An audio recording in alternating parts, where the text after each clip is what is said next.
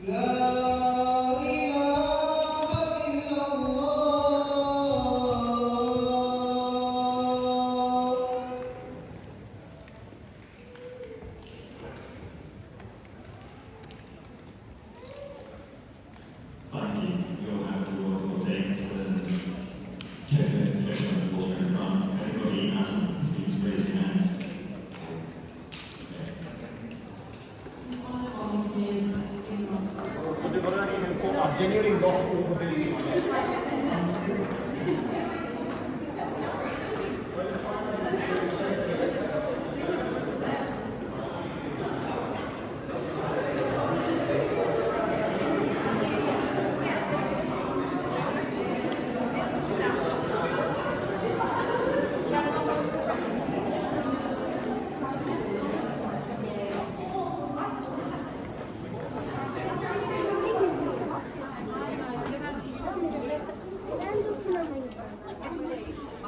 Eski bir duvar, çünkü tarihi bir duvar.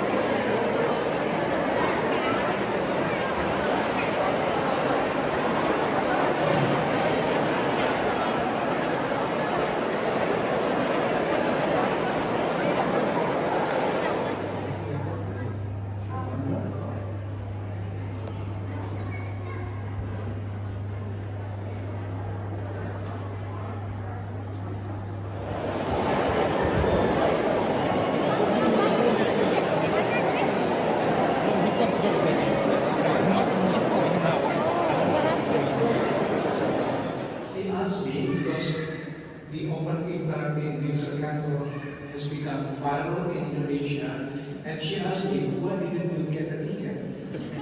I don't know, because I couldn't get a ticket, I failed. But I told her, don't worry, you will get equally good ambience, good environment, and when we arrive here and we enter there, she gave me a big smile. Alhamdulillah. Open to all. The people who will be serving you your food are a wonderful team of volunteers. And I think that before we have food served, we're going to talk about service. And there's no better promoting service than our next guest who could ask you to introduce. Absolutely. So thank you so much for your excellency and this wonderful speech. Our last speaker is Mart. He is currently the police commander of the City of London. He was previously known because he rose to fame after his work with Manchester Arena events. So he was currently the chief superintendent at the night, and he dealt with the response to that event, and he's going to speak to us right now.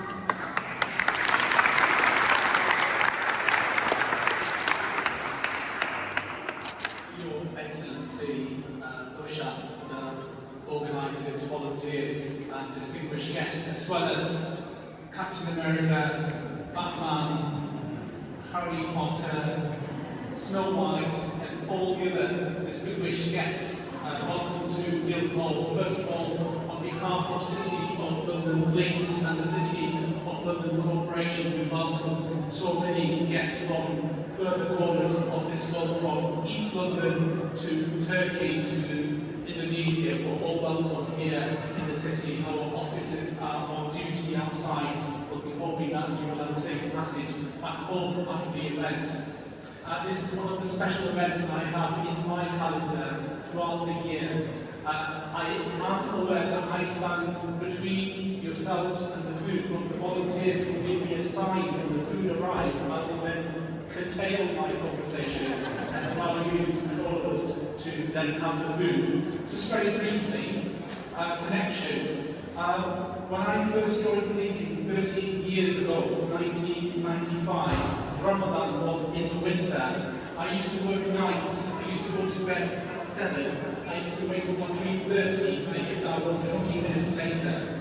But then I fasted through the summer months, and 2011 was the national riot for the Iftar was at 9:45 in the evening. And here we are, almost 3 years, and I'm doing the full cycle of fasting.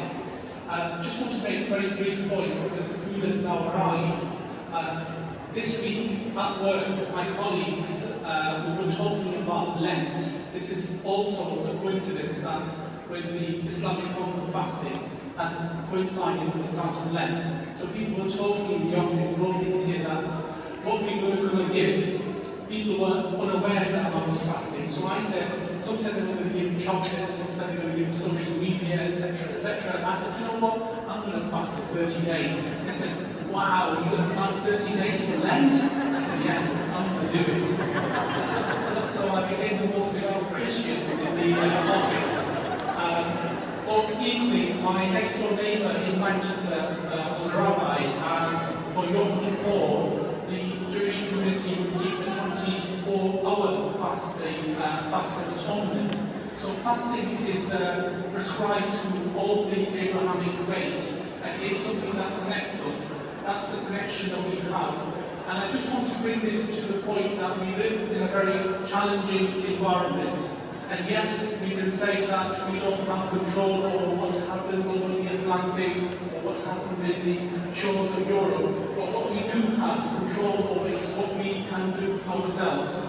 Today in this room, over 600 people are here. I know there are people from the Muslim faith. I know there are people from the Christian faith. I know there are people from the Jewish faith. I know there are people with no faith, as in they are atheists or choose not to believe in God.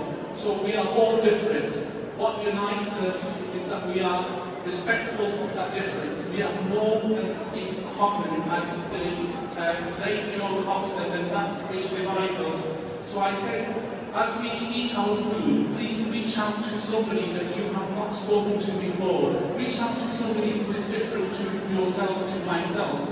And let this be the beginning of our commitment to connection, the connection we will make, and this will be the momentum that we will build from our communities and hopefully will spread around the world. So thank you once again, and Jazakallah khair.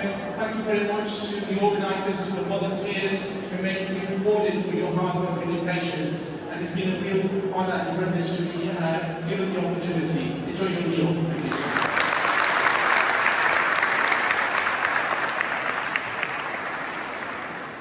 When they return back home, they will carry this experience home, sharing the beauty of multiculturalism in the UK and reinforcing the value of respect, inclusivity and unity. I'm also proud to see Wardah and Kaf, two of Indonesia's leading Muslim-friendly brands supporting this event. Their presence reflects the growing partnership between Indonesia and UK, a collaboration I hope will continue to flourish. Secondly, trust me, this is my last point. Everyone's come back from training. The team will be distributing food shortly, so if you can all please take your seats. Otherwise, we're going to get back Captain America. I've got another person in uniform here as well. So please, take your seats. Okay, ladies and gentlemen, the theme for Ramadan Tent Project this year is connection. What's connection mean to you? So really connection is all about how you connect with one another and how you connect with God. And it's all about community. And it's a connection you have with yourself and others. What about you, Georgia? What do you think? Well, for me, connection can be anything. I think the children are superheroes of the love. Connection, a sense of togetherness, a sense of belonging. Whether you're a Londoner, whether you're from Europe, whether you're not part of the world, whether you're interested in sports, whether you like food and food will be coming. There are many things that can connect us. But ultimately during Ramadan is our connection to God and our spirituality aspect. So being together is ultimately. So ladies and gentlemen, if I can ask you to please take your seats. And that's one of the drinks. Thank you. So ladies and gentlemen, you are in the very historic place of Guildhall Greathall.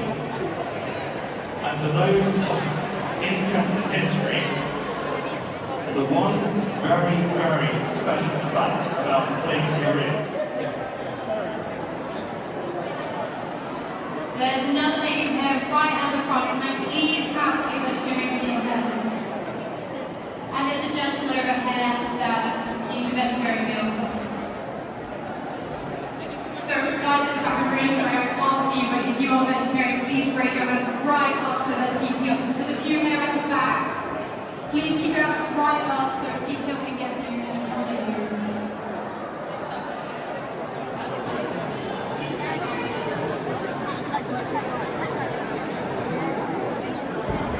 Okay, so ladies and gents, I know you've been taking lots of photos and videos. Any vegetarians? Please do share it. I'm a bit too old for this. On something called Top Tip, or what is it called? TikTok, thank you. On TikTok, I think Facebook, that's still a thing. And social media are there this evening. So for those interested in history, this is actually the home of Parliament and is known as the grandmother of all Parliament. So once again, I'm very blessed to be here.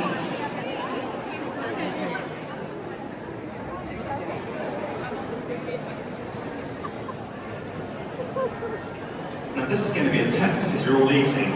We spoke about connection and service, and the ambassador and Commander Khan, our CEO, Honour Salhar and the team are great examples of service. The team from the City of London, and without them, and the team from the City of London and a big round of applause to Cathy, Ronnie.